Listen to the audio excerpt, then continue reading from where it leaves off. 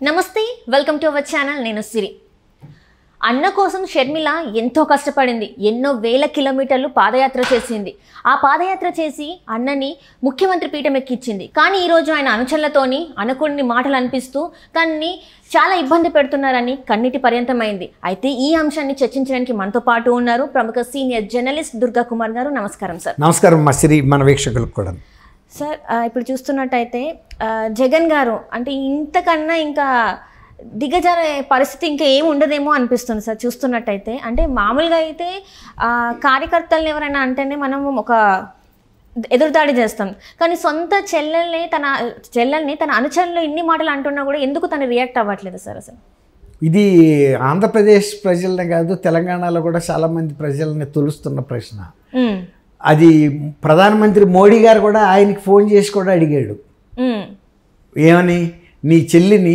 తెలంగాణ ప్రభుత్వం కారులో కూర్చుని ఉండగానే క్రేన్తో లేపి తీసుకెళ్ళిపోయింది అంత అమానవీయంగా ప్రవర్తిస్తే నువ్వెందుకు స్పందించలేదు నీకు బాధ అనిపించలేదా అని అడిగాడు మరి మోడీ గారు ఫీల్ అయ్యాడు కానీ పక్కన రాష్ట్రంలో ఉన్న జగన్మోహన్ రెడ్డి గారు ఫీల్ అవ్వలేదంటే ఇప్పుడు మీరు అడిగిన ప్రశ్న ప్రధాని మోడీ గారు కూడా అదే అడిగాడు ఆయన కూడా ఫీల్ అయ్యాడు ఇప్పుడు అంతకన్నా వరస్ట్ కండిషన్ ఆంధ్రప్రదేశ్లో ఆమె ఎదుర్కొంటుంది ఇది ఫిజికల్గా క్రేన్తో ఎత్తటమే కానీ వాళ్ళ ఆమె క్యారెక్టర్ మీద దాడి చేస్తున్నారు ఆమె పుట్టుక మీద దాడి చేస్తున్నారు ఆమె వ్యక్తిత్వం మీద దాడి చేస్తున్నారు ఆమె ఉనికి మీద దాడి చేస్తున్నారు అసలు ఆమెను అక్కడ ఉండకుండా చేయటానికి ఎన్ని ప్రయత్నాలు చేయొచ్చో మానసికంగా క్షోభ పెట్టడం హింసించడం అమానవీయంగా ప్రవర్తించడం అన్నీ జరుగుతుంది అయినా ఆమె ఎదుర్కొని నిలబడగలుగుతుంది నిలబడుతుంది ఇంకా అది కొద్ది రోజులే జరిగే ఎంత 4-5 రోజుల్లోనే ఇంత మహాభారతం జరుగుతుంది ఆంధ్రప్రదేశ్లో అది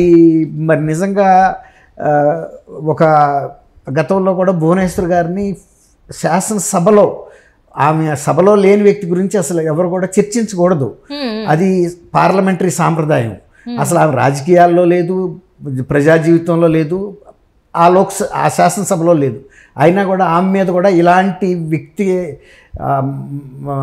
దాన్ని ఏమంటాము క్యారెక్టర్ అసాసినేషన్గా మాట్లాడితే ఆయన నవ్వుతా కూర్చున్నాడు ఆ రోజు సభలో ఇప్పుడు సొంత చెల్లెల మీద కూడా సొంత కార్యకర్తలు సొంత పార్టీ సోషల్ మీడియా కూడా అదే విధమైన దాడి చేస్తుంటే అదే విధంగా ఆయన చేస్తున్నాడు ఆయన కూడా దానికి తోడవుతున్నాడు దాన్ని బట్టి మనకేమర్థం అవుతుందంటే జగన్మోహన్ రెడ్డి గారు ఇతరుల పట్ల ఎలా ఉన్నాడో సొంత చెల్లి పట్ల కూడా అదే విధంగా వ్యవహరిస్తున్నాడు అనేది అర్థమవుతుంది అది ప్రధానమంత్రి మోడీ గారు కూడా అడగాల్సి వచ్చిందంటే ఈయన ఇప్పుడు మరి ఆయన వ్యక్తిత్వాన్ని ఎట్లా అర్థం చేసుకోవాలి తర్వాత ఆమె మీద ఇక్కడ దాడి జరిగినప్పుడు కానీ ఆమె ఇక్కడ ప్రచారాలు చేస్తున్నప్పుడు కూడా ఆయనకు సొంత మీడియా ఉండి అనేక మందికి ప్రచారం అందులో ప్రాతినిధ్యం ఇస్తున్నారు ప్రచారంలో కానీ ఆమె వార్తలు కూడా క్యారీ చేయాల ఆమెకి ఎన్ని కష్టాలు నష్టాలు వచ్చినా అది కొంచెం తేడాగా ప్రవర్తిస్తున్నాడు చెల్లెల పట్ల మరి చెల్లెల మాత్రం ఆయన పట్ల అటువంటి భేదాభిప్రాయం లేదు ఆమె 2014లోనూ శక్తివంచన లేకుండా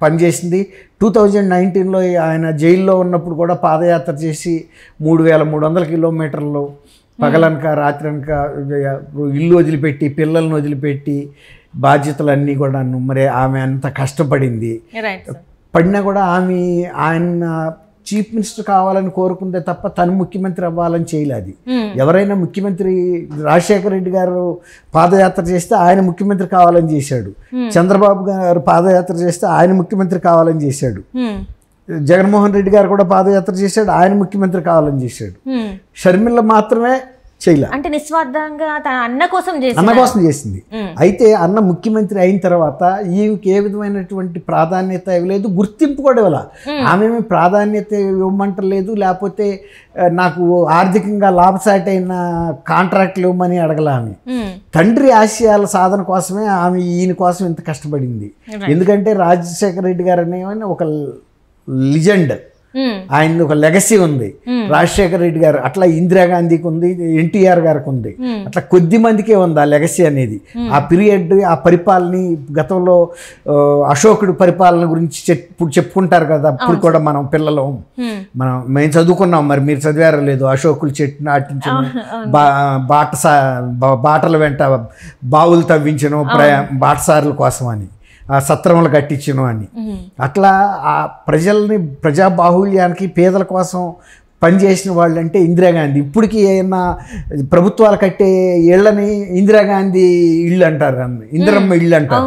తెలంగాణలో కానీ ఆంధ్రాలో ఇందిరమ్మ ఇళ్ళు ఇప్పటికీ ఎవరన్నా కట్టినా కూడా వాటిని పేదలకు కట్టే, ప్రభుత్వం కట్టే, పేదలకి కట్టే ఇళ్ళని ఇందిరమ్మ ఇళ్ళు అనేది ఒక పేరు.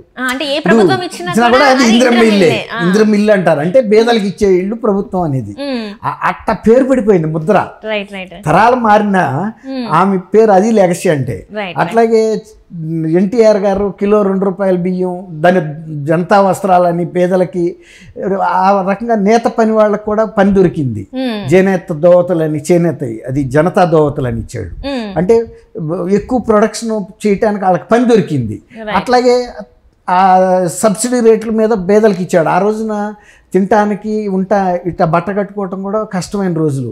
ఇంకా బ్రిటిష్ టైంలో అయితే అసలు బట్టల మీద కోటా ఉండేదంట. మీరు బట్టల షాపులకి వెళ్ళి మన ఇష్టం వచ్చినట్టు ఇలా కొనుక్కోవటానికి కాదు, కోటా వచ్చేది. ఆ కోటా వస్తే కార్డులను బట్టి వాళ్ళు ఇచ్చేవాళ్ళు.